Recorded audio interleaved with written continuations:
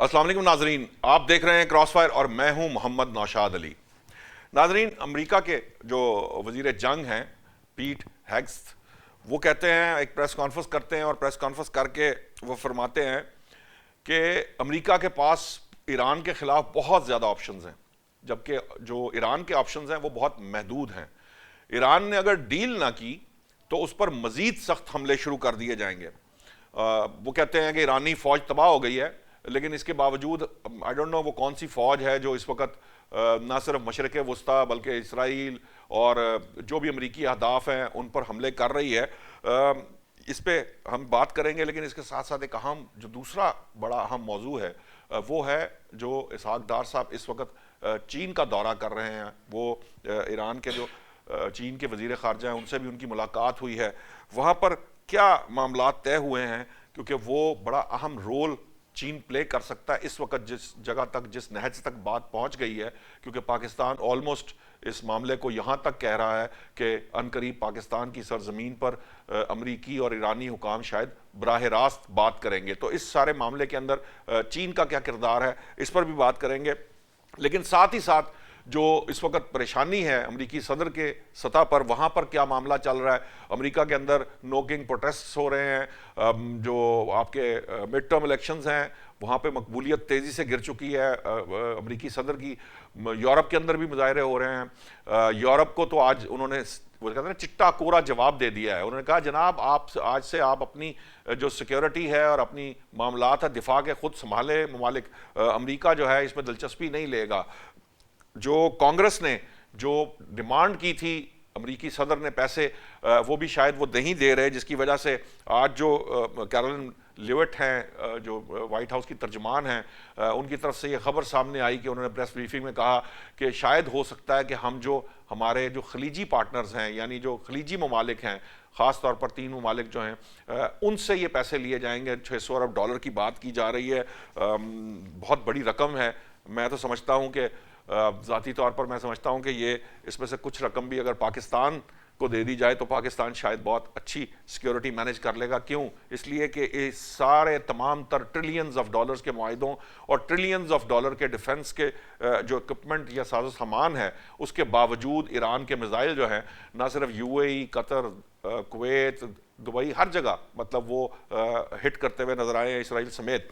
तो इस सारे मामले पे बात करने के लिए मुझे ज्वाइन किया है, माहिर हैं बैनुल अक़वामी अमूर की शाज़िया अनवर चीमा साहिबा।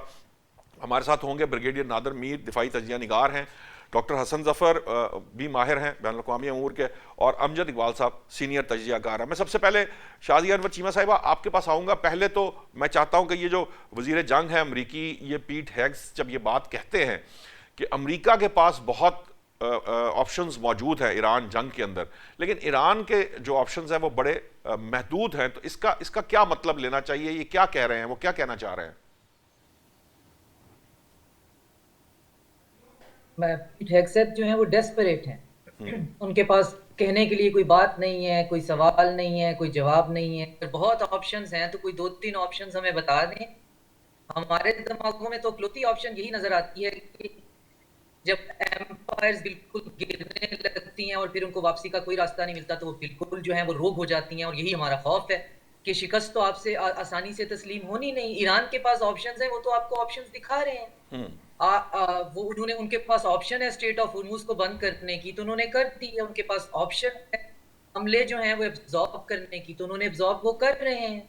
उनके पास ऑप्शन है कि वो आप पे रिटेलिएटरी अटैक करें, तो वो कर रहे हैं। उनके पास ऑप्शन थी कि उन्होंने आपके तमाम दिफाई सिस्टम जो है, जितना भी आपका इंटरसेप्टर थे, उनको खत्म कर दिया है, तो वो कर रहे हैं। आपके पास क्या ऑप्शन है सिवाय इसके कि पीट हेगसेथ की अगर आप देखें हिस्ट्री, तो ये बिल्कुल मेरे और आपकी तरह जो है ऐसा ही है जैसे हमें जो है वो वजीर दिफा या वजीर जंग बना दिया जाए। तो हम बातें तो कर सकते हैं, जंग करना हमारा काम नहीं है। मुझे वो पंजाबी का एक, चूंकि मैं पंजाबन हूं, तो वो जो फोक विजडम है मेरे जहन में वो आ रही है कि दूसरी जंग अजीम में हमारा मुहावरा है, बड़े सुनाते होते थे कि कॉन्स्क्रिप्ट करने की बात आ गई, फौजी कम पड़ गए, तो चलते चलते एक गांव में एक मिरासी के पास पहुंच गए जी कि चल तेरी बारी है, अब तूने फौज में जाना है। तो कहता है कि जी अपनी मलका नु कह दियो जी, गल मेरे ते आ गई है, ते हथियार फिर छोड़ दे। हथियार छुट्टी दे। तो अब ये हमारा भी मशवरा जो है ना पीट हेगसेथ को, ये है कि अगर बात अब सिर्फ जो नारे लगाने तक आ गई है ना कि आपके पास बड़ी ऑप्शंस हैं, तो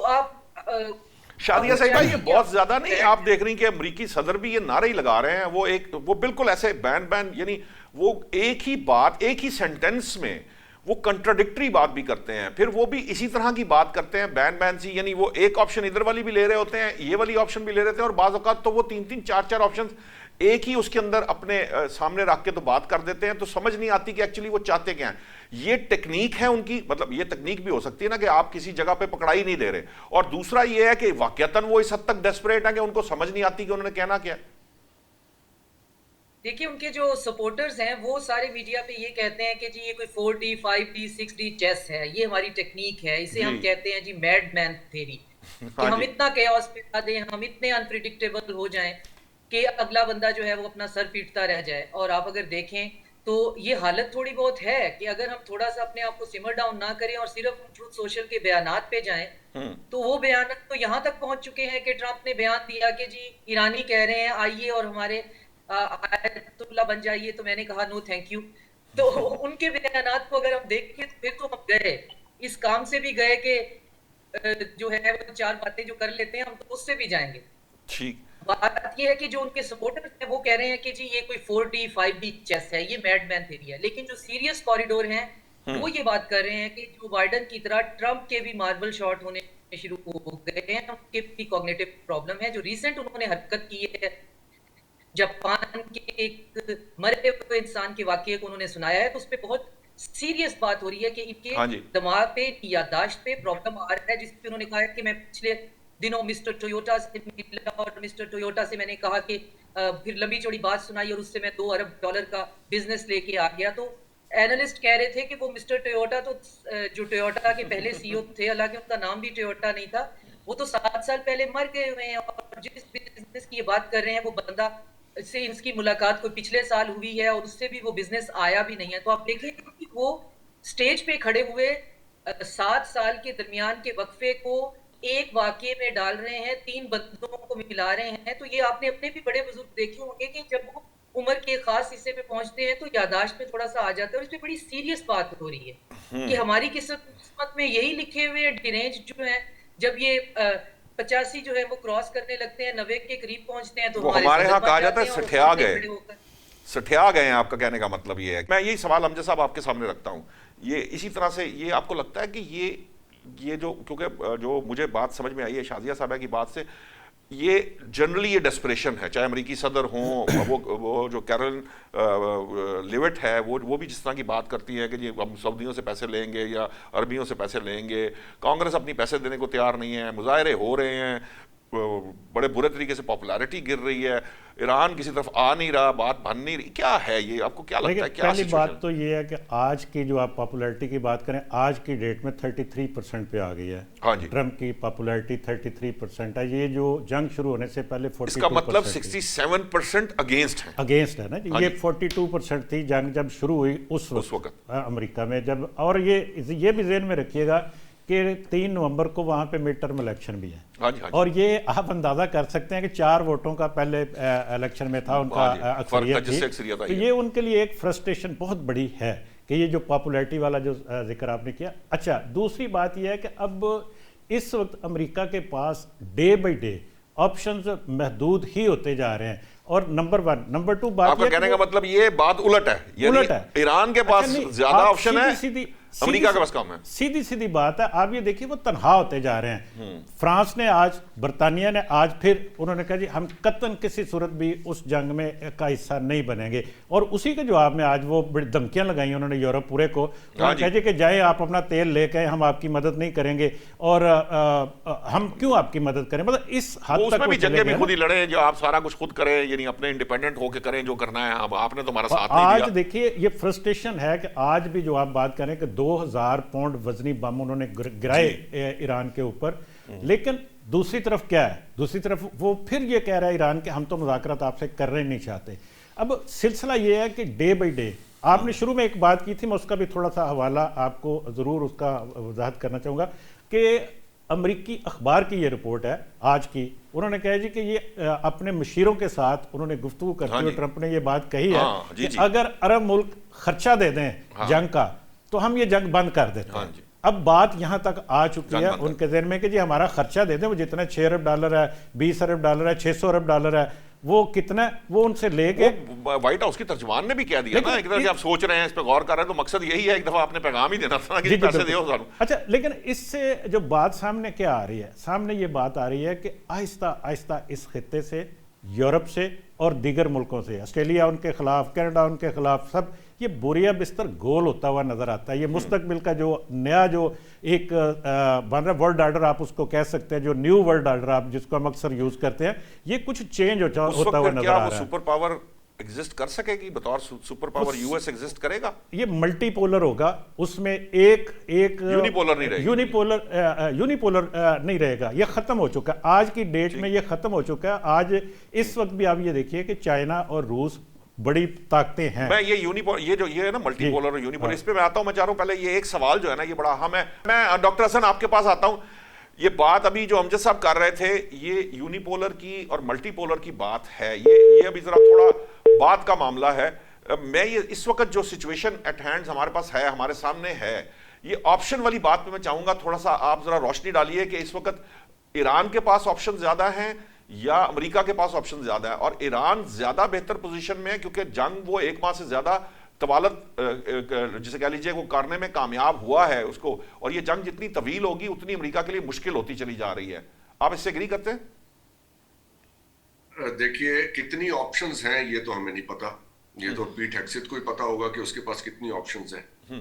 ये तो वही गिन के बता सकता है कि उसने क्या कैलकुलेट करके रखा हुआ है।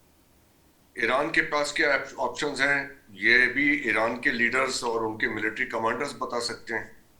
हम तो गैस कर सकते हैं यहाँ बैठ के, लेकिन इस वक्त जो ग्राउंड सिचुएशन है वहां पे स्ट्रेट ऑफ हॉर्मुज का कंट्रोल ईरान के पास है, और जितनी अब तक हमारे पास खबर और इत्तला और एनालिसिस है, किसी के पास उसको खुलवाने का मिलिटरीली कोई तरीका नहीं है।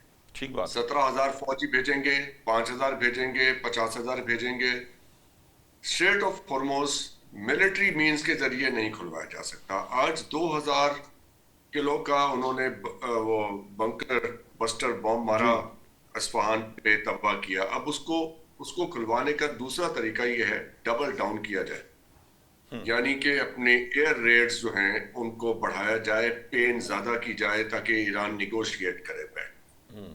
अब ये है सवाल कि कौन ज्यादा पेन ले सकता है। इजराइल ज्यादा पेन बर्दाश्त कर सकता है, गल्फ कंट्रीज ज्यादा पेन बर्दाश्त कर सकते हैं, या ईरान बर्दाश्त कर सकता है। अभी तो उन्होंने एक कार्रवाई की है, 93,000 घर तोड़े हैं, कोई 750 स्कूल ईरान के, कोई 300 के करीब अस्पताल। जब इतना नुकसान उठा लिया है और 47 साल की पाबंदियां थी, तो ये कोई लॉजिकली समझ में आती है बात कि ईरान ऐसी कोई डील करेगा या ऐसी कोई निगोशिएशन में इंटरेस्टेड होगा कि वो प्री वॉर स्टेटस को रिस्टोर हो जाए, यानी बात वहीं पे आ जाए ले दे के, इतनी तकलीफ और इतनी डिस्ट्रक्शन लेके, जहां पे जंग शुरू होने से पहले हो रही थी और जिन बातों पे वो मान रहे थे, अब फिर वहीं बैठ के इतना नुकसान करा के वही बातें मान ले। ऐसा हो सकता है? अगर मैं खुद को वहां रख के देखूं तो फिर मैं तो कहूंगा अगर यहां तक आ गए तो फिर आगे भी चलते हैं। ठीक, देखिए ना, लॉजिकली चीजों को जरा समझने की कोशिश करते हैं। हमें नहीं पता कि पीट हेग्सेथ के माइंड में क्या है और ईरानी कमांडर्स की बात है, सही बात है। हम तो देखें, लॉजिकली ड्रॉ करेंगे किसी कंक्लूजन को कि अगर हम यहां तक आ गए हैं और हमारे साथ कोई नहीं खड़ा हुआ, हम पे हमला हुआ, हम तो निगोशिएट कर रहे थे, हम तो बातें मान रहे थे, और अब ये सारे जीसीसी वाले बरादर मिलके हम ही को कंडेम कर रहे हैं कि हम वहां पे हमला कर रहे हैं। भाई, तुम्हारे यहां से जहाज उड़ के आते हैं, हमारे ऊपर बमबारी करते हैं, हम उन जहाजों के अड्डों पे बम मारते हैं, जवाब में तो आप कहते हैं कि बहुत बुरी बात है। तो देखिए नौशाद साहब, बात होगी तो किसी प्रिंसिपल पे होगी ना। प्रिंसिपल तो ड्रॉ करे कि किस प्रिंसिपल पे बात करनी है। सबसे पहले ये डिटरमिन करना करेंगे कि एग्रेशन किसने किया है, फिर ये डिटरमिन करेंगे कि उस एग्रेशन का साथ किसने दिया है, उस पे चले ना सर। सर असूल यूरेशिया, तो पता नहीं अरब, अजम, फारस वारस उसूल पे चलते हैं। डॉक्टर साहब, सीधा पता नहीं वो सीधा कौन सी उसूल दुनिया पे। है जहां असूल की बात की जाती है, मैं तो उस दुनिया को नहीं जानता। नहीं सर, देखें, जब बैठ के बात करेंगे तो पसंद नापसंद पे बात नहीं होगी, कोई उसूल तो ड्रॉ करना पड़ेगा ना, किस उसूल पे बात हो रही है।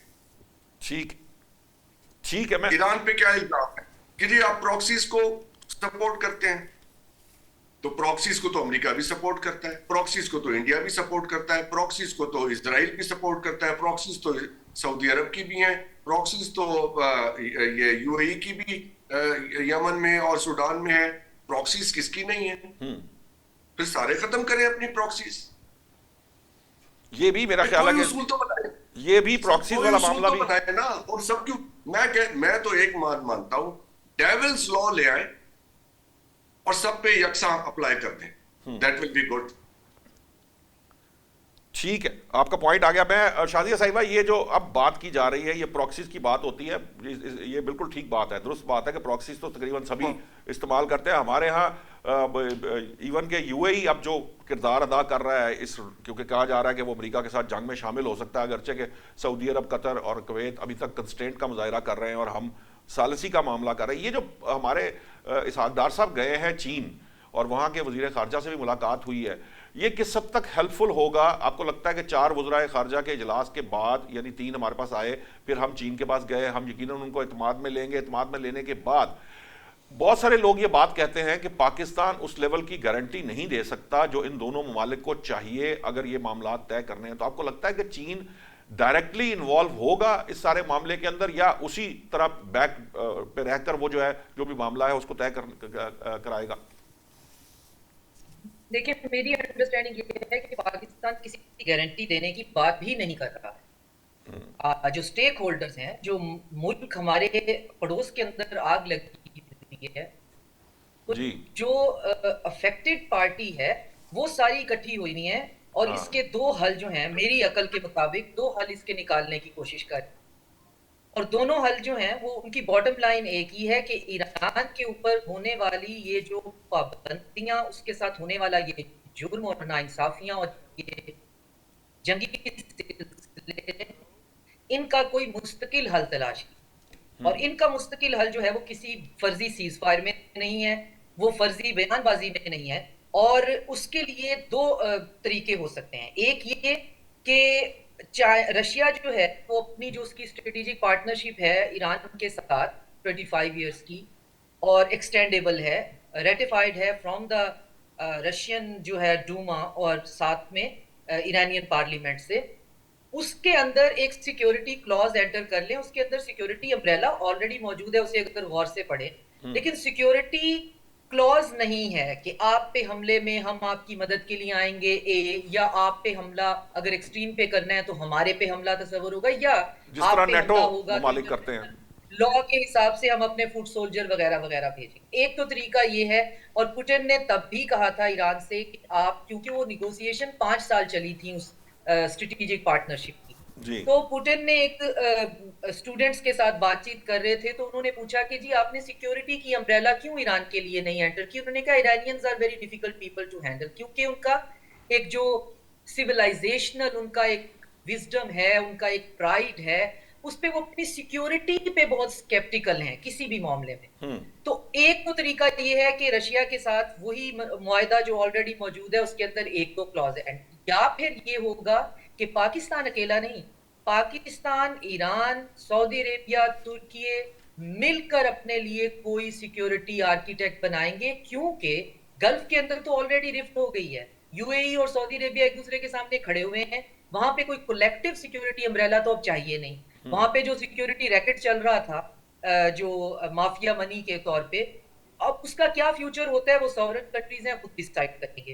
लेकिन फिलहाल सऊदी अरेबिया जो है वो ना तो खुल के ये बता रहा है कि जी मैं फ्यूचर में उसी पुराने रैकेट की तरफ जाना चाहता हूँ, या मैं अपने आप को डाइवर्सिफाई करना चाहता हूँ, वगैरह वगैरह। तो ये 2 तरीके सामने आएंगे। अब अगर हम ये हाइपोथेटिकली मान लें कि ईरान के मसले का हल जो है या तो 4 ममालिक मिलकर एक सिक्योरिटी आर्किटेक्ट बनाएं, या ईरान को किसी सिक्योरिटी अम्ब्रेला, सिंगुलर अम्ब्रेला में डालें, तो ये सारे ममालिक मिल बैठकर पेजेस आफ्टर पेजेस, ये एक दिन की बात नहीं है, ये 2 दिन की बात नहीं है, और इसमें अमेरिका और पीट हेग्सेथ क्या कह रहे हैं और कैथरीन लेविट क्या कह रही है और ट्रंप हिमसेल्फ क्या कह रहे हैं, वो मैटर ही नहीं करता। ये ममालिक उनसे एक मुंह रखने वाला रिश्ता जो है वो सब बना के बैठे हुए हैं कि इस वक्त जो है वो एक पागल जनूनी जो है वो एक, अब क्या कहें, अब उनको अपनी तरफ जो है उनको मुंह लगाने की फिलहाल जरूरत नहीं है, लेकिन दुनिया का जो ऑर्डर है उसने चेंज होना है, और उस चेंज होने में अब मुल्कों ने अगर अपनी सिक्योरिटी को मेंटेन करना है, ठीक। और अगर इंडिया, इसराइल और यूएई का नेक्सस बन रहा है और इस रीजन में बन रहा है, अमेरिका तो कहाँ बैठा हुआ है, तो हमें एक ऐसे सिस्टम की तरफ जाना है, और जिसके अंदर फिर आपका सवाल जो था, क्या चाइना रशिया घुटने घुटने इसमें शामिल, ये जरूरी थोड़ी होता है कि फ्रंट पर आकर, करते हुए बिल्कुल सामने आकर, क्योंकि चीन की पॉलिसी है ना वो बिल्कुल फ्रंट पर आगे, उनका अपना एक वो है सिस्टम के वो। प्रसाद साहब, चीन जो है वो 2050 तक तो वो कहते हैं ना हमने हाँ खुद जी। को पावर डिक्लेयर नहीं करना, और पिछले जो है उससे 40 से पिछले 20 साल जो है फर्स्ट 20 इयर्स उनके थे, वो कहते थे जी हमारा टाइम है कि हमने किसी को ये बताना ही नहीं हम क्या कर रहे हैं, और वैसे उनकी जो ओवरऑल पॉलिसी है वो नॉन इंटरवेंशनिस्ट पॉलिसी है। और दूसरा जो वो न्यू वर्ल्ड ऑर्डर के 4 पॉइंट्स दे रहे हैं, जो कि मैं बार बार, अब मुझे लगता है कि शायद मेरे पॉइंट्स हैं, मैं इतना उनको बताती हूँ, चाइना की कोई मैं पेड एडवोकेट हूँ, तो उन पॉइंट्स में सबसे पहली बात ये है कि हमने जो आने वाला मॉडल होगा वो वेस्टर्न मॉडल नहीं होगा, उसमें आप प्रोटेक्शन की काम नहीं करेंगे, आप बेसिस नहीं बना रहे होंगे। अगर एक सॉवरन कंट्री की को हेल्प चाहिए आप हेल्प देंगे, अगर वो खुद स्टैंड ही नहीं कर सकता तो आप जबरदस्ती जाके उसे खड़ा नहीं करेंगे। वो ईरान भी इश्तराकियत अपनी को बेस बनाते हैं। मदद के तहत खड़ा हुआ है, ईरान जो है वो अपने जोरे बाजू पे खड़ा हुआ है अपनी सर्वाइवल के, हेल्प करना हमसायों का, दोस्तों का काम होता है। कोई ईरान के लिए जाकर ना तो मर रहा है, ना जंग कर रहा है, ना बम्बार्डमेंट बर्दाश्त कर रहा है, तो इस हद तक यही चाइना का मॉडल है कि अगर आप एक सॉवरेन कंट्री हैं, आप सरवाइव कर सकते हैं, आप सरवाइव करिए, हम आके आपको सरवाइव नहीं कराएंगे। बाकी जितनी हेल्प जो है, अगर आप वो इंफॉर्मेशन इकट्ठी करनी शुरू कर दें, तो अब आप देखेंगे यूरोपियन मीडिया के अंदर बकायदा शोक का समा है कि आपने, अमेरिका ने यूक्रेन की वॉर को अधूरा छोड़ दिया, जो काया कालिस कहा करती थी कि first we will do Russia right, then we will do China right. तो उनका कहना है कि रशिया तो हमसे राइट हुआ नहीं, आप चाइना को राइट करने के लिए उसके पड़ोस में घुस के चले गए हैं, हमारी तरफ से बिल्कुल आपको कोई किसी किस्म का जो है इवन डिप्लोमेटिक कवर भी हम देने के लिए तैयार नहीं है, क्योंकि आपने हमारा मॉडल ही खराब कर दिया है, अब आप वहां घुसे हैं तो वहां बचिए। तो ये जंग जो है वो 2 सिस्टम की जंग है, इसके अंदर ईरान जो है तमाम मेरी एनर्जीज उसके साथ रहे, तमाम पॉजिटिव एनर्जी जो है और दुआएं भी हैं कि वो अपने पैरों पे इसी तरह खड़े रहें, वो उनकी बका जो है वो इस खित्ते की बका है, और उनकी बका के साथ जुड़ी हुई है रशिया और चाइना के फ्यूचर विजन की क्रेडिबिलिटी, और हम जैसे लोगों का कि हमने जो देखना है जी, अब हमने आगे क्या करना। ठीक है, आपका पॉइंट आ गया। मैं नए मॉडल पे भी बात करते हैं, और ये जो इस्लामिक नेटो कह लें, 4 ममालिक कह लें, ये भी जो सिचुएशन सामने आती है, मुझे ब्रेक का कहा जा रहा, ब्रेक से वापस आते हैं। तो दुनिया अब जिस नए मॉडल की बात की जा रही है, या ये जो 4 ममालिक की बात शाजिया साहिबा ने की है, ये किस हद तक मटेरियलाइज की जा सकती है या नहीं की जा सकती, इस पर बात करते हैं, लेकिन पहले लेते हैं ब्रेक। वेलकम बैक नाजरीन। ब्रेक पे जाने से पहले हम बात कर रहे थे कि ये जो इस वक्त 4 ममालिक हैं उनका इत्तेहाद ज़रूरी है, यूएई क्या करता है या कोई और क्या करता है, या इस्लामिक नेटो की बात होती है नहीं होती, लेकिन सऊदी अरब, ईरान, तुर्की और पाकिस्तान जो हैं वो किसी उसके जिसे कह लें डिफेंस पैक्ट कह लें, या इस तरह की अपनी सिक्योरिटी के नेटवर्क डेवलप कर सकते हैं जिससे एक दूसरे की सिक्योरिटी को सपोर्ट दी जा सकती है। ये डॉक्टर हसन साहब ये बताइए कि तुर्किया ने तो ये बात कही थी कि इस्लामी नेटो का काम किया जाना चाहिए, एक क्या वजह है कि हम जो इस्लामिक कंट्रीज हैं वो समहाउ हमारा इत्तेहाद मुमकिन नहीं होता, और जो शाजिया साहिबा ने अभी जो प्रपोज किया है कि चलें सारे इकट्ठे नहीं हो सकते, कि कोई यूएई के हो सकता है अपने इंटरेस्ट हों और बाकी भी दीगर मामलात हैं, ओआईसी हमारी जिस तरह की है वो आपके सामने ही है, तो ये 4 ममालिक अगर इकट्ठे हो जाते हैं इस सिचुएशन के अंदर, तो क्या ये अपना डिफेंस किसी सुपर पावर के अगेंस्ट या अदरवाइज कंट्रोल कर सकते हैं? प्रोफेसर उस्कान जो है, मोहम्मद उस्कान जो है टर्किश, और जो कि सारी दुनिया के मीडिया पे जाते हैं और तुर्की का पॉइंट ऑफ व्यू देते हैं, मुझे तो वो ये बता रहे थे कि अगर पाकिस्तान टर्की की जब बात हो रही थी कि वो सऊदी पैक्ट ज्वाइन करेगा, तो उसमें जब ईरान का नाम लिया उनका, it will become too crowded, यानी चौथा मुल्क आने से बहुत क्राउडेड हो जाएगा। तो आप कौन से नेटो की बात कर रहे हैं? उनके जहन में ऐसा कुछ नहीं है। ये रात को बच्चों को लिटा के स्टोरी सुनाने के लिए तो बातें अच्छी हैं, हकीकत से इनका कोई ताल्लुक नहीं है। कल्चरल रियलिटीज डिफरेंट हैं। वो नेटो के भी मेंबर हैं, आपके साथ भी डिफेंस पैक्ट कर लें, कैसे चलेगा सर? ये मतलब उसकी फंक्शनैलिटी बताएं ना। सऊदी अरब जीसीसी का भी मेंबर है, हाँ जी, आपके साथ भी पैक्ट है। जब वो फंक्शनल होगा तो how will all this work? ये बात है सोचने की।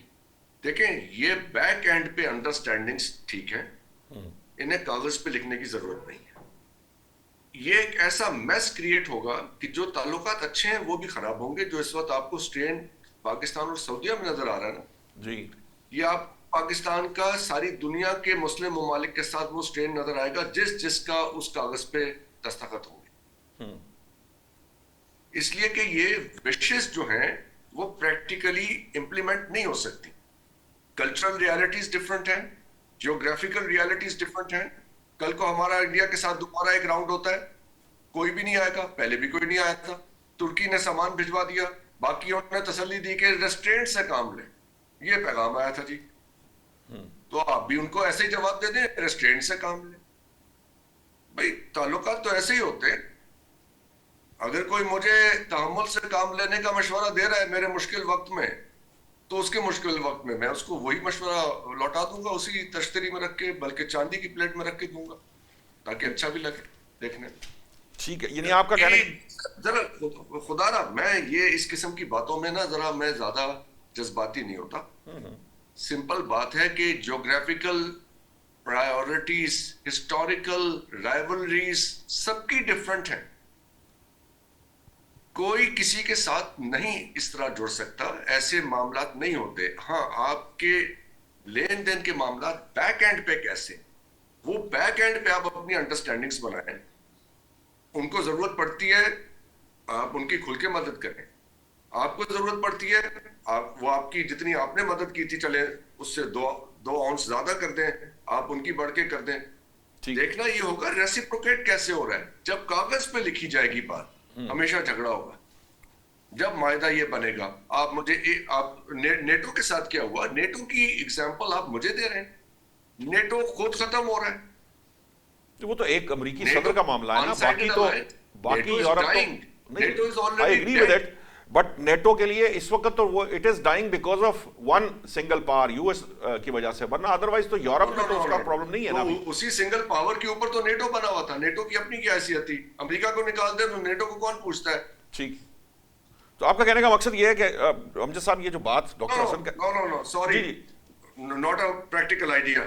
ठीक है, आपका पॉइंट आ गया, डॉक्टर हसन साहब। मैं ये बात करना आगे बढ़ा रहा हूं। अमजद साहब, ये जो बात डॉक्टर हसन कर रहे हैं कि ये जो इत्तेहाद है, ये जो 4 मुल्की है या नेटो है या इस्लामिक नेटो है, ये सारा कुछ जो है ना ये प्रैक्टिकलिटी, हालांकि नेटो बहुत अरसा चलता रहा है लेकिन शायद अमेरिका के सर पर चलता रहा है, जिस तरह डॉक्टर साहब कह रहे हैं। अब ये जो अपने ओन के ऊपर सर्वाइवल वाला मामला है, ईरान जंग तो एक्चुअली अकेले ही लड़ रहा है। ये सारी जो भी इस वक्त एफर्ट्स पुट की जा रही हैं ईरान की तरफ से, पाकिस्तान ने भी इंडिया के खिलाफ जंग अकेले ही लड़ी थी। देखिए, पहली बात तो ये है कि डॉक्टर साहब की जो आइडिया है कि जी के नेटो की तर्ज पे यहाँ पे शायद इत्तेहाद नहीं हो सकता और ये इसको पेपर पे नहीं आना चाहिए, ये उनका ख्याल हो सकता है और ये ठीक हो सकता है। मैं उसकी बात उनकी राय है। लेकिन आप ये देखिए, जो वो बात करते हैं कि जोग्राफियाई, जब वो बात करते हैं कल्चरल, जब वो बात, फिर तो इंडिया, अफगानिस्तान और पाकिस्तान की बहुत ज़्यादा दोस्ती होनी चाहिए ना। फिर वो अमेरिका और जापान की तो नहीं आपस में होनी चाहिए, फिलिपाइन के ऊपर तो नहीं उनका साथ होना चाहिए ना कोई मुआहदा। अगर ये चीज़ें दुरुस्त मान ली जाएँ कि जी कि जनाब वो गल्फ़ वहाँ पे है, पाकिस्तान यहाँ पे है, हम कैसे आपस में, या तुर्की या दूसरी साइड पे है, वो कैसे मिलकर एक जगह पे बैठ सकते हैं। और वो जब आएंगे तो ये आइडियाज़ तो होते हैं, ये आते हैं और फिर बैठकर उनके रास्ता निकाला जाता है ना। यही बात, यही काम होता है लीडरशिप का कि वो कैसे रास्ता निकालते हैं, कैसे। इस वक्त जो सूरत हाल, आप नेटो की बात कर रहे हैं या अमेरिकन की बात कर रहे हैं, देखें यहाँ पे मैंने जब पहले बात की थी, मैंने कहा था एक न्यू वर्ल्ड ऑर्डर की तरफ हम जा रहे हैं। जी। वो यही बात है कि जी इस वक्त अगर वो अमेरिकन $3 ट्रिलियन का जब वो आए तो यहाँ से लेके गए हैं वो, हाँ जी। ये पहले विजिट के ऊपर $3 ट्रिलियन के वो एग्रीमेंट्स और वादे लेकर गए यहाँ से। अब ना तो वो कतर की हिफाजत कर सका पहले नंबर पे, उसके बाद ना वो सऊदीया की कर सका, ना वो यूएई की कर सका, ना किसी और की कर सका। अब मैं अगर फर्ज करें गल्फ में बैठा हूँ, उन मुल्कों के अंदर बैठा हूँ, तो मैं सोचूंगा मैं किस चीज़ के पैसे दे रहा हूँ इनको। और जो बात आप कर रहे हैं कि कैसे निकलेंगे, वो यही रास्ता कि जब आप इस वजह से नहीं आ सकते कि क्योंकि वहां पे तो उन सारे मुल्कों में अमेरिका ऑलरेडी बैठा हुआ है, निकल अब जाएंगे। वो नहीं, मैं यही निकल अर्ज कर जाना रहा एक हूं। ऑप्शन। एक सेकंड में सवाल यहां ले लीजिए, निकल जाएंगे लेकिन फिर किसकी अम्ब्रेला में आएंगे, मैं ये बड़ा यही इंपॉर्टेंट सवाल है। यही बात आपसे कर लगूं। देखिए वो यहां से अगर अमेरिका इस वक्त जो सूरत बनी हुई है, ये ईरान जंग ने एक और रास्ता खोल दिया है। वो रास्ता ये खोला है कि उन मुल्कों को जो अरब मुल्क है उनको सोचने का एक मौका दिया है कि आप किसकी अच्छा पहली बात तो यह कि अम्ब्रेला के हवाले से आप देखिए, ये जो ईरान जंग लड़ रहा है, नो डाउट कि उसने अपने वसाइल से अपने सारे कोशिश करके ये सारी स्ट्रेंथ हासिल की, लेकिन इसके पीछे कहीं ना कहीं रशिया है, भी है, अभी चीन की भी सपोर्ट है, रशिया की भी है जी, चाइना की भी है, सारा कुछ है, वो सब कुछ है। आज फर्क करें वहाँ पे वज़ीर ख़ारजा बैठे हुए हैं इसहाक डार वहाँ पे चीन में, तो वहाँ पे 5 जो बातें, 5 नुकाते जो फार्मूला है वो क्या था? वो ये था कि भाई अमन मुज़ाकरात होने चाहिए, ये धमकियाँ शमकियाँ, ये ताकत का इस्तेमाल नहीं होनी चाहिए। उसमें यह भी था कि जी कि आप जो असासे हैं, जो एटॉमिक जो तनसीबात हैं, उनका तहफ़्फ़ुज़ होना चाहिए। और फिर एक चीज़ उसमें कि सिविल न्यूक्लियर जो भी है उसमें यह भी है कि जी कि हुर्मुज़ को खोल दें।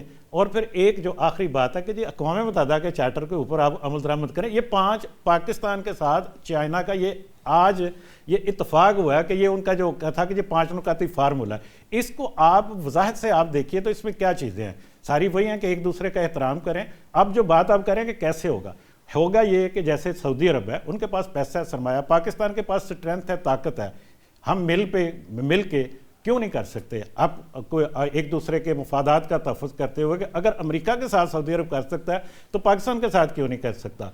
अगर तुर्की है, उसके पास टेक्नोलॉजी भी है, उसके पास पैसा भी है, और वो भी कहता है कि जी हम करते हैं। या बाकी जो मिस्र है और बाकी जितने भी, अभी हम यूएई की बात कर रहे हैं, यूएई के ने तस्लीम किया हुआ है इसराइल को, वहाँ पे वो इसराइली बैठे हुए हैं, ऑलरेडी बैठे हुए हैं। इस वक्त भी वहाँ के होटल जो सारे वो उन्हीं से भरे हुए हैं। अब वो कैसे वो कह सकता कि जी मैं यहाँ से जा रहा हूँ? वो उसको लिए खतरा ना। वो आपको याद होगा ट्रंप ने धमकी दी थी कि 2 घंटे में हुकूमतें खत्म कर सकते हैं हम यहाँ पे जितने भी वो बैठे हुए हैं, याद है? तो ये वो धमकी यही देते हैं ना, ये थ्रेट तो ये करते हैं। तो मामला ये है कि ये अगर उनको किसी को ये मौका मिलता है यहाँ से, जो इस वक्त की सूरत हाल, आज की सूरत हाल है कि ट्रंप ये कह रहा है कि जी कि भाई जाओ अपने लिए तेल आप खुद लेके आओ, यूरोप को यही कह रहा है ना, और वो कह रहा है कि जी मुझे पैसे दो मैं यहाँ से निकलूँ।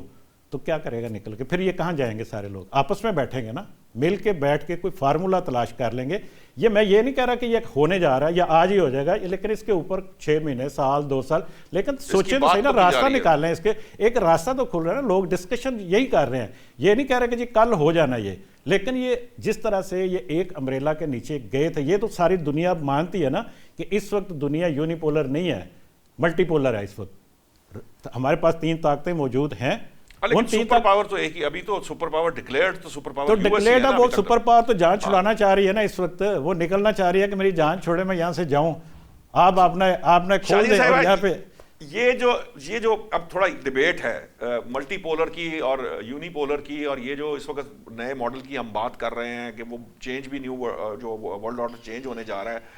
चीन अभी तैयार नहीं है अपने आप को डिक्लेयर करने के लिए, रूस की जो सिचुएशन है आपके सामने है।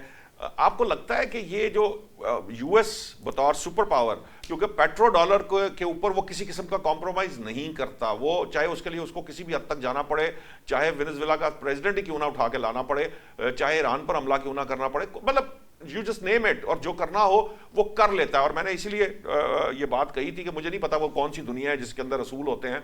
असूल शायद वही होता है जो माइट इज राइट जो है ना, इससे बड़ा दुनिया में आज तक कोई असूल मुझे नजर नहीं आया। वरना यूएन के बारे में आज लोग उसको लीग ऑफ नेशन से जो है ना वो ताबीर ना कर रहे होते कि आपकी हालत तकरीबन लीग ऑफ नेशन वाली है। तो असूल तो मुझे नहीं पता कहाँ है। ये जो अब सिचुएशन आपके सामने आगे बढ़ती नजर आ रही है, इसके अंदर क्या मल्टीपोलर होगी दुनिया? आपको लगता है कि यूएस इस चीज की इजाजत देगा? यूएस डॉलर की हेजेमनी या डॉलर का कंट्रोल जो है वो उसके ऊपर तस्लीम करेगा कि कोई और करेंसी या कोई और ताकत भी सामने आए? इसके लिए हमें हिस्ट्री समझा सकती है। हिस्ट्री ही हमारे पास है कि जब एम्पायर्स जाने लगती हैं तो क्या वो आसानी से जाती हैं? वो अपनी हेजेमनी जो है वो आसानी से छोड़ देती हैं, नहीं आसानी से नहीं छोड़ती हैं। तो उसके लिए फिर वो क्या करती हैं, फिर वो हर तरह का हरबा आजमाती हैं। हमने देखा कि जब ब्रिटिश एम्पायर को ये समझ आई कि वो आउटरीच आउटस्ट्रेच कर गए हैं, तो फिर उसके बाद वो जहां जहां मौजूद थे वहां फुट्टे से रखकर लाइनें लगाई और बेड़ा गर्क किया उन इलाकों का, नेशन स्टेट्स बनाई। आधे रिश्तेदार जो हैं वो लकीर के इस साइड पे हैं, आधे इस साइड पे हैं। ना देखा कि ग्लोबल साउथ जो है वो उसका एथनिसिटी, लिंग्विस्टिक बैकग्राउंड, कल्चरल हर चीज जो है वो डिफरेंट तरीके से ऑपरेट होती है। अब आपका सवाल ये है कि क्या पेट्रो डॉलर को ये आसानी से जाने देंगे? नहीं जाने देंगे। यही ब्रिक्स के अगेंस्ट ही वॉर है, जिसमें से इंडिया जो है उन्होंने बीच में से खींच लिया है। बाकी एक पे वो हमला कर रहे हैं, रशिया के अगेंस्ट वो प्रॉक्सी वॉर कर रहे हैं, चाइना पे वो वॉर की प्लान कर रहे हैं।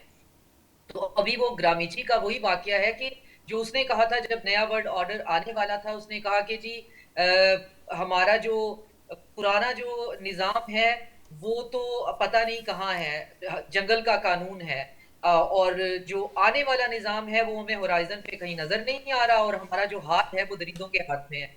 तो फिलहाल हमारे पास यही है, और इस सिस्टमेटिकली जो इंटरनेशनल लॉ बनाया गया था उसको बर्बाद किया गया। अब देखें कहाँ पे है, कहाँ पे जिनेवा कन्वेंशन की बात हो रही है, कहाँ पे जंगें जो हैं वो जंग के असूल के हिसाब से लड़ी जा रही हैं, लेजिटिमेट मिलिट्री टारगेट के ऊपर अटैक हो रहे हैं।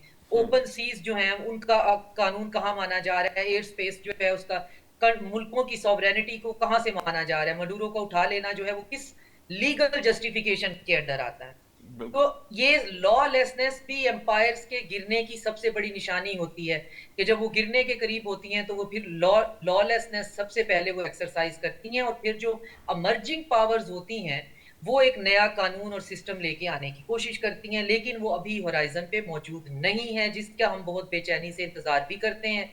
कभी डेस्परेट भी हो जाते हैं, चाइना ये क्यों नहीं करता, चाइना वो क्यों नहीं करता। चाइना ने अब तक अपनी जो सेंचुरी ऑफ ह्यूमिलिएशन से बाहर निकलने तक आज तक जो हासिल किया है वो हमारे मशवरे से नहीं किया, तो इसका मतलब है वो बहुत सेट, उनका बहुत सही कोर्स पे चल रहे हैं और वो उसको छोड़ेंगे भी नहीं। अब जहां तक डॉक्टर साहब की बात थी कि जी इस्लामिक नेटो बन सकता है या नहीं, एक तो ये कि ये लफ्ज बड़ा क्रिंजी है, इस्लामिक नेटो। मतलब हम कोई अपनी टर्मिनोलॉजी भी नहीं ला सकते हैं, वो नेटो भी हमें वेस्ट से ही लफ्ज लेना है, ना हमारी फिलॉसफी कोई अपनी है, ना इज्म कोई अपना है, और ना ही हमसे कोई टर्मिनोलॉजी बन सकती है। बात ये नहीं है कि हम कागजों पे या सफ़ों पे लिख कर ये डिसाइड करेंगे तुम मेरे डॉक्टर शाजिया, से मेरी कुटी सॉरी है। टू इंटरप्ट यू, मैं चाहूंगा कि जो इस्लामिक नेटो का आइडिया दे रहे हैं वो मुझे एक ड्राफ्ट बना के दे दें कि उसमें क्या होंगी, शिकें क्या होंगी उसकी। जी मैं वही बात करने लगी थी कि बात इस्लामिक नेटो की नहीं है। हम तो इस्लाम मुस्लिम उम्मा नहीं बन सके, हम गजा का जेनोसाइड नहीं रुकवा सके, तो और हमने क्या करना है। आज बहुत से जंग लगी हुई है, सामने आए इधर हुए उधर की बातें। हाँ। जो बहुत से ममालिक ऐसे हैं जो कि उसकी एडिंग अबेडिंग कर रहे थे, मुसलमान होके मुसलमानों का कत्लेआम करवा रहे थे। जी जी, ये जिस बात की तरफ मैं इशारा कर रही हूँ नौशाद साहब, मैं ये कह रही हूँ कि ममालिक बैठकर सोचेंगे, ये नहीं कागजों पे लिखेंगे, लेकिन उनको कोई एक फ्रेमवर्क या एक आर्किटेक्ट तो बनाना पड़ेगा सही बात। कि अपने अगर सर्वाइवल एक के लिए। गिरती हुई बिल्कुल सही। एम्पायर है, एक गिरती हुई एम्पायर है और वो न्यूक्लियर भी हो सकती है, उसने अपने आप को बचाना है, तो अब हमने क्या करना है? क्या आपस में ही लड़ते रहना? इसमें कोई शक नहीं है कि तुर्की और जो ईरान है उनकी तो इंपीरियल जो है वो एनिमोसिटी है, सल्तनतों की आपस में एनिमोसिटी, हाँ जी। और उसको ब्रिज करना मुश्किल है, ट्रस्ट को बनाना मुश्किल है। तो क्या आज ईरान जो है वो पुराने माजी को सामने रखकर तुर्की के साथ एक फंक्शनल रिलेशन नहीं बनाएगा? हम आने वाले वक्त में रिश्तेदारियां, दोस्तियां और मोहब्बतें नहीं देख रहे हैं, या कल्चरल रेलेवेंस नहीं देख रहे हैं, हम फंक्शनल रिलेशन देख रहे हैं, हम ट्रांजैक्शनल रिलेशन देख रहे हैं। अगर 4 या 5 ममालिक, उनका मुसलमान होना भी मैटर नहीं करता, उनकी जुग्राफियाई हकीकत है, मुसलमान हो या ना हो, अगर उन सबका दिल बैठकर एटलीस्ट इस चीज पे एग्री कर जाना कि हम आपके अगेंस्ट खुद को इस्तेमाल नहीं होने देंगे, तो भी खित्ते के अंदर सुकून आ जाए। इससे भी ईरान सिक्योर हो जाए ठीक। कि तुर्की, इजिप्ट, सऊदी अरेबिया और पाकिस्तान, ये नहीं कि हम चढ़ दौड़ेंगे अब तक कोई अटैक होगा। हमें नेटो की बात ही नहीं है, नेटो ने खुद क्या कर लिया, लेकिन कोई ऐसी अरेंजमेंट ये करेंगे। आप मेरी बात ये लिख के रख लें, मैं बैटिंग पर्सन नहीं हूं, मैं पेशीन गोई नहीं करती हूं, लेकिन ये मेरी बात लिख के रख लें कि ईरान के फ्यूचर का हल जो है वो या तो होगा रशिया के सिक्योरिटी अम्ब्रेला के साथ किसी किस्म की टाई अप होने से, या होगा कि ये 4-5 इंडोनेशिया भी इसमें शामिल कर लें, मलेशिया शामिल कर लें, वो ममालिक जो इंडो पैसिफिक के कंट्रीज हैं और जिनका फ्यूचर और जिनका सर्वाइवल सुकून पे, जिनकी इक्तसादी तरक्की जो है वो सुकून पे और वेस्टर्न नॉन इंटरवेंशन पे टिकी हुई है, और जो कि चाइना की अम्ब्रेला में, उसके इक्तसादी अम्ब्रेला में हिस्सा, उसके स्फेयर का हिस्सा बनना चाहते हैं, वो कोई ना कोई अरेंजमेंट जरूर करेंगे, और वही अरेंजमेंट ईरान को तसल्ली देगी और फिर इस मसले का हल निकलेगा। ठीक। जहां तक फतह और शिकस्त की बात है, तो फतह ईरान के पास आज ही है, उसको जरूरत नहीं है, वो फातेह है। शिकस्त जो है वो वेस्ट को हो चुकी हुई है, अब वो उसको मरोड़ के इस तरफ लेके जाएं, इस तरफ लेके जाएं। कहां वो रिजीम चेंज करने आए थे, टॉप नॉच जो है वो सारी शहीद करने के बाद, फिर जी उन्हें यूरेनियम चाहिए था। आज वो कह रहे हैं जी हमारा ऑब्जेक्टिव है स्टेट ऑफ हुर्मुज खोलना। कोई अकल वाला हो तो दो जो है वो लगा के कान के नीचे पहले तो होश ठिकाने कराए कि स्टेट ऑफ हुर्मुज तुम्हारा ऑब्जेक्टिव कैसे बना, जब जंग शुरू हुई थी स्टेट ऑफ हुर्मुज तो खुली हुई थी। तो स्टेट अल्टीमेटली ऑफ वो तो हुर्मुज बाय तो प्रोडक्ट तुम्हारे है जंग जंग के की। नतीजे में बंद हुई है, आज जी तुम्हारा ऑब्जेक्टिव बन गया। हाँ जी, और दाव तो बुरा नहीं। डॉक्टर हसन, ये जो बात शाजिया साहिबा ने की है, अपने सर्वाइवल के लिए तो ममालिक अटे। अब आप इसको इसको कल्चरल उसके अंदर किसी रिलीजन पर्सपेक्टिव में या उसमें ना देखें, इस पर्सपेक्टिव में देखें कि जिन ममालिक को अपना सर्वाइवल ढूंढना है उन्हें तो इकट्ठे होना। और ख़ास तौर पर जब ये बात की जा रही है कि यूएस जो है वो बतौर सुपर पावर पता नहीं अब कितनी देर सर्वाइव करेगा। जो ट्रंप साहब ने इस वक्त सिचुएशन कर दी है, यूरोप नाराज है, मामलात रीजनल पावर्स जो है उनके अगेंस्ट हैं, कहीं ना कहीं उसकी जो कोई उस तरह की अलायंसेस उसके बचते नजर नहीं आ रहे। तो उस हालत के अंदर अपने सर्वाइवल की जंग तो लड़नी है ना ममालिक ने। $3 ट्रिलियन के या मेरे ख्याल है इस वक्त चाइना के डॉलर एसेट्स हैं। तो चाइना क्यों चाहेगा कि रातों रात डॉलर जो है डीकपलिंग हो जाए डॉलर से? नहीं, इतना और this is not that petro easy. Dollar दुनिया की मईशत डॉलर पे टिकी हुई है। वही अर्ज कर रहा हूं कि चाइना क्यों चाहेगा कि पेट्रो डॉलर पेट्रो युआन में परसों हो जाए। वो अपने $800 बिलियन का उन्होंने गोल्ड खरीदा है। ट्रांजिशन का पीरियड होगा, एक एम्पायर जब दूसरी एम्पायर को हैंड ओवर करती है तो उसमें वक्त लगता है। 45 to 56 हैंड ओवर हुआ था British empire to American empire. जी पूरा एक 11 साल का ट्रांजिशन पीरियड है मार्शल प्लान आने के बाद, राइट। बिल्कुल। अभी 14-15 मई को प्रेसिडेंट शी और प्रेसिडेंट ट्रम्प की मीटिंग है जो अभी होनी थी 1 अप्रैल को। जी मुमकिन तौर पे वहां पे बैठ के कोई ऐसे फैसले होंगे, आपस में कुछ निगोशिएट करेंगे कि ये अब आप मामला संभालें। अभी चाइना संभालने को तैयार है भी कि नहीं तैयार है, ये सब कुछ देखना होगा। फिर डॉक्टर शाजिया ने हिस्टोरिकल रेफरेंस दिए, जब सेकंड वर्ल्ड वॉर खत्म हुई, जब पहली वर्ल्ड वॉर खत्म हुई थी तो क्या हुआ था? एम्पायर्स डिसमेंटल हुई थी, समझ रहे हैं आप? जी जी रशियन एम्पायर डिसमेंटल हुई, ऑटोमन डिसमेंटल हुई, ब्रिटिश एम्पायर ने एक डील की, ठीक है। ठीक। उनके जो आर्थर बेलफोर थे, उन्होंने डील की थी ये जो अरब लीडर्स थे उस वक्त कि आप सऊदी अरब बना लें, आप कुवैत बना लें, आप ये बना लें, आप वो बना लें, और उसके बदले हम एक आपको ये ऑटोमन एम्पायर डिसमेंटल करने के सिले में हम आपको ये रियासतें देंगे।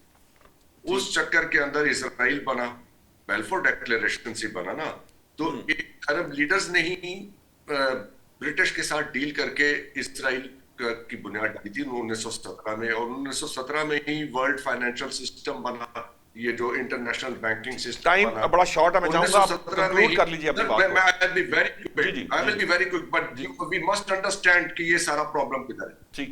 ये सारा किस्सा ये है, जब सेकेंड वर्ल्ड वॉर हुई थी तो फिर रीड्रॉ हुए थे बॉर्डर, थर्ड वर्ल्ड वॉर होगी, दोबारा बॉर्डर्स रीड्रॉ होंगे। ये है अगले 3-4 साल का नक्शा। Let's wait and let's see how it unfolds. ठीक ठीक है, बहुत बहुत शुक्रिया डॉक्टर हसन साहब आपका, शाजिया अनवर चीमा साहब आपका, अमजद इकबाल साहब आपका भी बहुत बहुत शुक्रिया। नए किसी वर्ल्ड ऑर्डर की बात की जा रही है, कहने को बहुत ज़्यादा 3-4-5 साल 10 साल 11 साल का जो भी टाइम स्पैन है वो हमें नज़र आ रहा है कि वो सामने आ चुका है, वो वक्त आ चुका है। क्या होगा नया वर्ल्ड ऑर्डर ये अभी कोई नहीं कह सकता। अलबत्ता इतना ज़रूर है कि ईरान जंग के बाद भी ये बात वाज़े हो चुकी है कि सर्वाइवल हर मुल्क के लिए जो है वो उसका अपना है। जिसके पास अपने लिए अपनी ताकत उसके अंदर इतनी है कि वो अपने सर्वाइवल की जंग लड़ सकता है, वही ममालिक बचेंगे। जो दूसरे ममालिक हैं वो शायद बहुत ज़्यादा मुश्किलात का शिकार हो सकते हैं, क्योंकि सुपर पावर यूएस किसी वक्त भी मुंह मोड़ सकती है। वो खुद भी जैसे कह लीजिए कि वो एम्पायर तबाह हो सकती है, वो किसी की मदद करने की या किसी को हेल्प करने की पोजीशन में ना रहे। सो इसलिए हर मुल्क को अपनी तैयारी खुद करनी है, अपने सर्वाइवल की जंग खुद लड़नी है। पाकिस्तान यकीनन अपनी सर्वाइवल की जंग लड़ रहा है। मुझे उम्मीद है कि जो जैसे कह लीजिए कि आने वाले वक्तों के अंदर पाकिस्तान का जो रोल है वो बड़ा नुमायां होता नज़र आ रहा है। देखते हैं कि आगे क्या पोजीशन बनती है। आज तक के लिए इतना ही, कल नए मौज़ूआत के साथ हाजिर होते हैं। अल्लाह निगहबान।